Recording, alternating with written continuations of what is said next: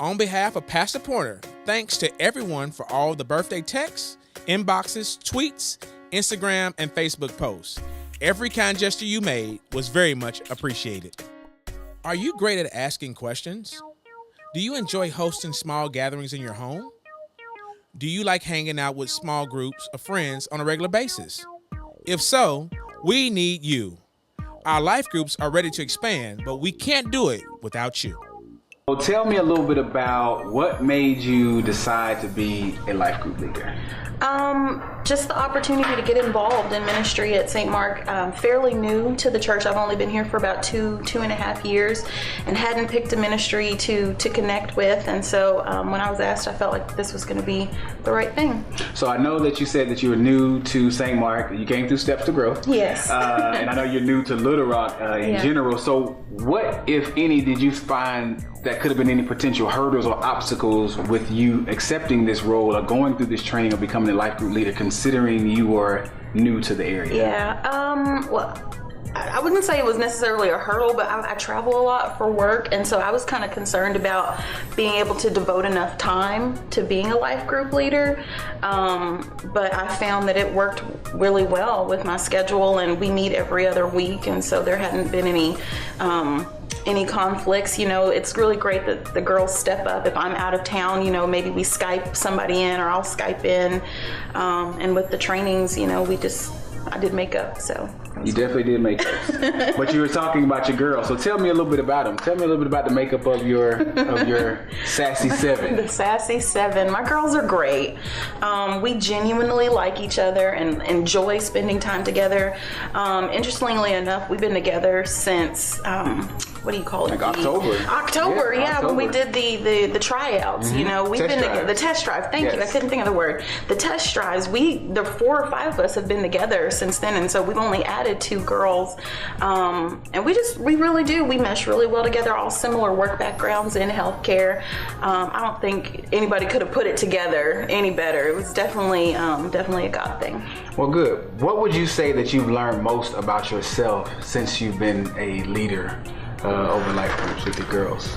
I don't know. I guess I would say that I've grown as a leader. I'm not as afraid as I thought I was to lead a group of people and talk to the girls, and that it's okay to not be perfect and you know, to share your story and really just get real with people.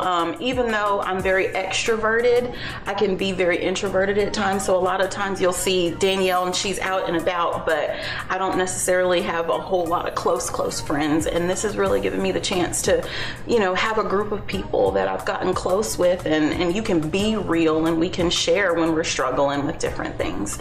I think that's helped a lot. Helped a lot, good. Well, one last thing and I'll let you go. If you could speak to anyone at St. Mark member out in the audience who may be listening, who may be hearing your story, and maybe on the fence about being a life group leader or just hearing about being a life group leader, what would you do to tell them to give it a shot? I would say do it. Go for it. Don't have any fear about it. An interesting thing Brother Thomas or Pastor Thomas told me, he's like, you only have to be one step ahead in order to lead a group of people, and everything that you need to know that we're going to teach you, and you'll get the resources. But don't have any fear about it. Just if you're asked to be a life group leader or you're interested in doing it, I'd say go for it.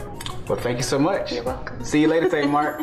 We need more leaders to step up and get trained to guide groups for the spring. No experience necessary. We'll equip you with all the tools you need to be a great leader. Come learn more about this great opportunity at the interest meeting this Thursday at 6 p.m.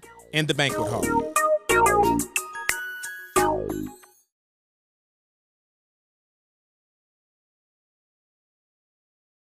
It began early one Sunday morning in late July. Police raided an unlicensed bar in a black neighborhood in Detroit. A crowd gathered, tempers flared, and the city became a war zone. The fires burned for 5 days. It was now 5 months since the death of Arthur McDuffie. In Miami, people began to gather outside the Justice Building to protest the verdict in Tampa. The police tried to restrain angry demonstrators outside the Justice Building. Cars were set on fire. More fires were started throughout Overtown and Liberty City. The police couldn't stop the growing fury.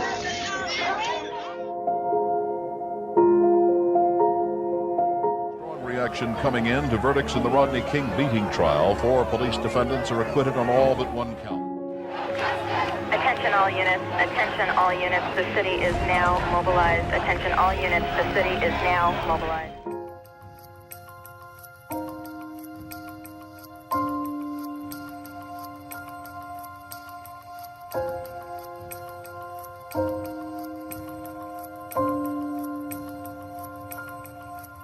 Forming that barricade there, standing there now, toe to toe. Last 20 minutes or so, and some of the drivers have gotten out of their cars.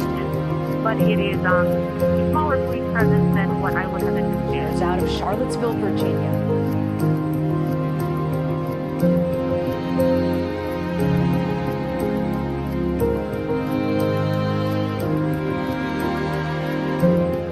I am sick and tired of picking up my phone, turning on my TV, seeing new crimes in Little Rock, seeing and hearing about new violence in our country, throughout the world, racism permeating our society.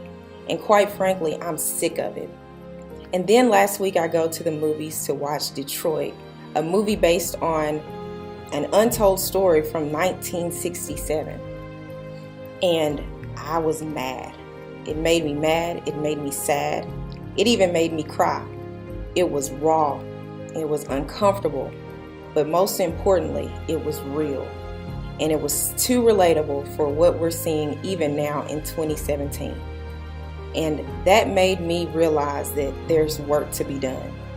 So I ask you guys to join me in a real and raw conversation about this current state of our community, of our country. With that being said, it's time for us to do some work. Young adults, this is a call to you. Enough of the Facebook posts, enough of the Instagram pictures, enough of the frustration. It's time to do some real and relatable work. So I ask you guys, will you join us on Tuesday night at 6:30 p.m. in the banquet hall of the Children and Youth Center? Young adults, this is a call to action. I urge you, I challenge you to meet me there on Tuesday night so we can have a real conversation, a real discussion about how we can be a part of the solution to the problems that are going on. Hope to see you guys there.